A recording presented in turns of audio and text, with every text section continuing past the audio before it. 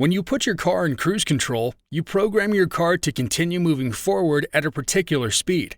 If you want to adjust that program in any way, you've got to step in and consciously interact with the car. If you want to slow down, you reprogram the speed of the cruise control to slower speeds. If you want to turn cruise control off, you tap the brakes or press the button to disable that program.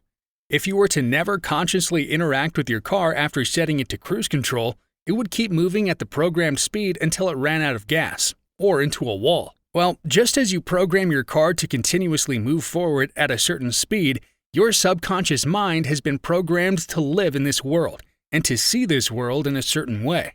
And just as you've got to step in and consciously interact with your car to modify its program, you've got to step in and consciously interact with your subconscious mind if you want to disable its program. How the subconscious mind is programmed. The subconscious mind is like a very complex database, like a storehouse of learned behaviors from past experiences. This databank has a limited storage capacity, and throughout our childhood, that capacity is filled with beliefs and behaviors that we learn from our surrounding environment. Some of our subconscious programming comes from our own experiences. For example, if you ran up to a stray dog as a child and stuck your hand out only for it to be slammed by a pair of jaws, you learned right then and there that you shouldn't run up and try to pet stray dogs. And that experience will stick with you for the rest of your life to remind you of that very fact. Your subconscious mind was programmed at that moment to approach stray dogs with caution or to not approach them at all. How we see ourselves. So we see how our first-hand experiences and beliefs taken on from our environment affect our subconscious programming. But if you truly hope to change that program, you must understand the most important factor of them all: what you believe about yourself. What you believe about yourself literally has more to do with how you are than how you really are. We project our beliefs and past experiences out onto the world, and that determines the world we see, or the world we live in. Just the same, we project our beliefs about ourselves out into the world, and that is the person we become. For example, if you were told by your parents growing up that you were lazy and you believed them, you subconsciously programmed yourself to become lazy. You could argue that your parents telling you that programmed you to become lazy, but you still had to accept the idea of it. From the moment you accepted the idea of being lazy, the fact that you believed you were lazy is the very reason you continued to be lazy. It's not that you were a lazy person, it's that you subconsciously programmed yourself to become lazy. Chances are you still believe that about yourself to this day. And if you are okay with that, then good for you. But if you aren't, in order to stop being lazy, you've got to reprogram that subconscious belief about yourself. There is no other way to escape it. So how do we do that? How can we dip into our subconscious mind and reprogram these automatic subconscious states of being we have found ourselves locked into? Well, if the cruise control is like the program of our subconscious mind, the driver is the conscious mind.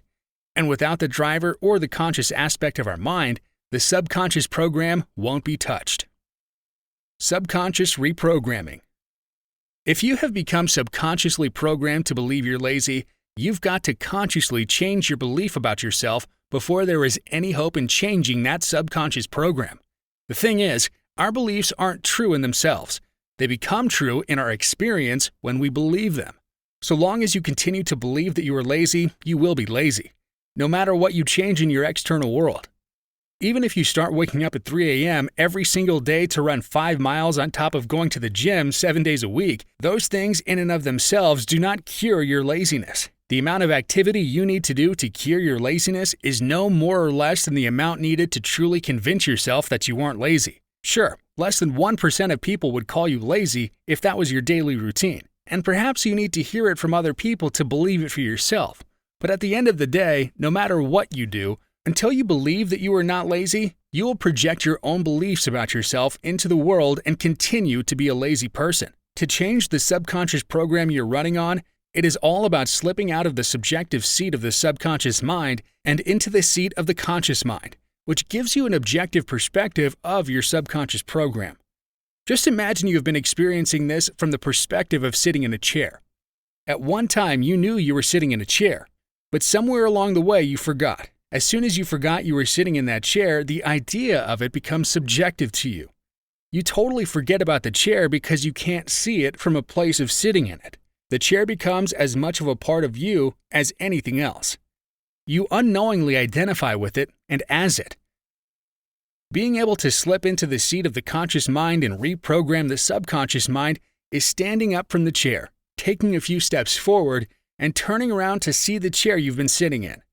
It is realizing that the main cause of how you are witnessing the world and yourself is the part of you that can slip out, point a finger at, and adjust to the liking of the part of you that has stood up. You won't be able to change the chair you sit in from a place of sitting in the chair. Once you can take this perspective on your subconscious program, the process of changing it becomes much easier. It then becomes more about changing how you see yourself rather than changing how you are, because changing how you see yourself is the very thing that will cause you to change. Ask yourself what actions you would have to take to no longer consider yourself lazy, and then take those actions. When those actions begin to change your perspective of yourself, you begin to change your subconscious program. And when you change your subconscious program, you change the version of reality you experience. There is a version of you that is lazy, and if you identify with that version of yourself, that is who you will become. Remember, we project our beliefs out into the world and create a reality that is based upon them. When you change those beliefs, or your subconscious program, you change the version of reality they have created, which is the version of reality that you are experiencing. Consider subscribing to my channel if you enjoyed the video, so you don't miss out on the rest of the Subconscious series.